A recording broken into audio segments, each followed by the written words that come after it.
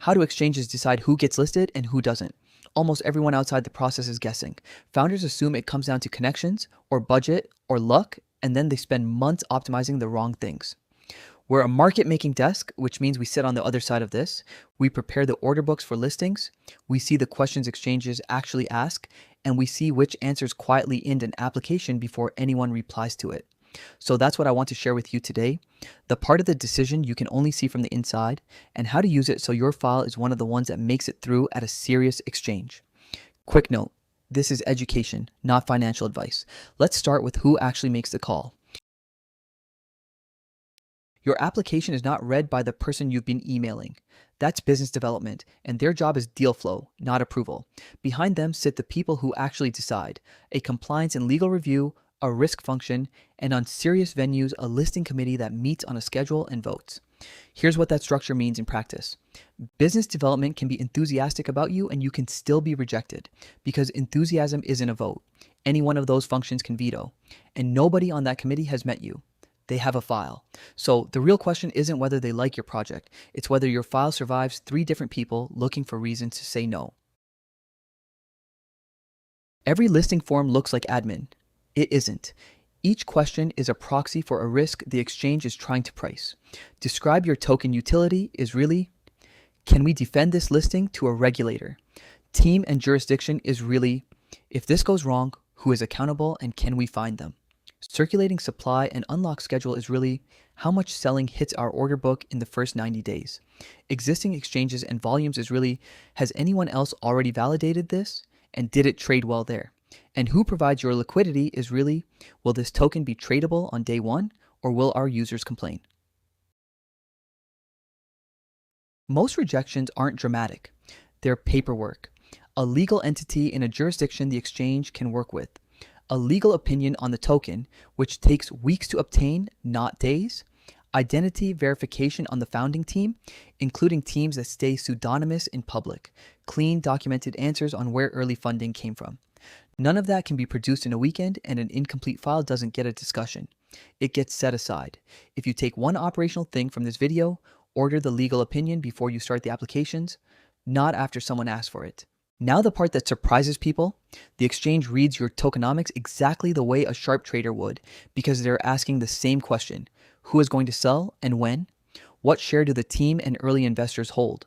How long is the cliff, and how much unlocks in the first months of trading? How wide is the gap between what insiders paid and your listing price? And day 1 float, too small, and the price whips around on tiny volume, which exchanges hate because it looks manipulated even when it isn't. Too large with short cliffs, and the chart bleeds from week 1. If the table pays insiders to exit onto the exchange's own users, that isn't a detail they'll negotiate. That's the rejection. Review teams have seen every version of manufactured traction: bot followers, engagement pods, airdrop farmers posing as a community, inflated volume on smaller venues, so they look past the top line into the texture, holder distribution across wallets. Real on-chain activity versus activity that stops a day, incentives stop. Whether the community talks about the product or only about the price. The working rule is simple. Anything you can buy in a week gets discounted to 0. What counts is the boring kind of proof, real usage over months.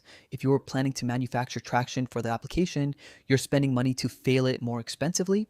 Then there's the question founders are least prepared for, and it's usually asked outright. Who is providing your liquidity, and what are they committing to?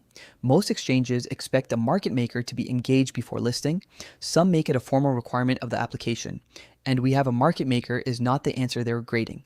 They want the numbers, the spread that will be held, the depth sitting within 1% of price on both sides, the percentage of time quotes stay live, and across which venues. Here's why they care so specifically. The exchange isn't worried about your price. They're worried about a user who tries to sell a normal size, gets a terrible fill, and blames the exchange. Walking in with a named desk and committed numbers answers a risk question the other applicants leave open. Underneath all of it sits one judgment that never appears on the form. Will this token trade well on our venue? An exchange is putting its reputation and its users' money next to your ticker. A token that lists and immediately trades like a ghost town is an embarrassment they chose. So they're modeling your first weeks before they approve you. How much sell pressure arrives, whether the book can absorb it, whether anyone is still trading in month 3. Every other check feeds this one. And the same metrics get monitored after you list, which is the part founders discovered too late. Depth, spread, activity, uptime. Fall below the thresholds and you get flagged, then warned. And a delisting announcement alone can take 20 to 40% off a token's price within 48 hours. So, what actually kills applications, roughly in the order it happens, most die on an incomplete legal file before anyone reads the interesting parts. The next group dies on an allocation table that guarantees early selling. After that, it's traction that doesn't survive a closer look, and then it's having no credible answer on liquidity. And there's one more that nobody warns founders about, which is simply applying too early to too big a venue with no track record anywhere else. Rejection usually isn't permanent, but exchanges do remember, and reversing a no is harder than choosing to wait. Getting into the right venue for your size beats getting rejected by the biggest name. Practically, work backwards from the committee, not forwards from your launch date. 8 weeks out, legal file complete and allocation table frozen because edits after submission look like instability. 6 weeks out, liquidity arranged with the desk involved in choosing which venues to apply to at all. 4 weeks out, submit with the commitments attached rather than promised.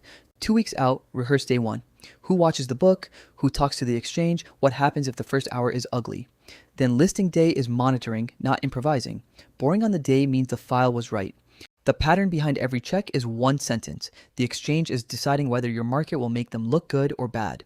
Answer that question in the file and the listing stops being a favor you're asking for. We're EchoTrade. We've supported more than 2,000 token launches across 90 plus centralized exchanges, and preparing books for listing day is exactly what our desk does. If you're heading into applications and want the liquidity side answered properly, the free consultation link is in the description, along with our guides on what market making costs and what to prepare before TGE. Subscribe, we break down how crypto markets really work, one piece at a time.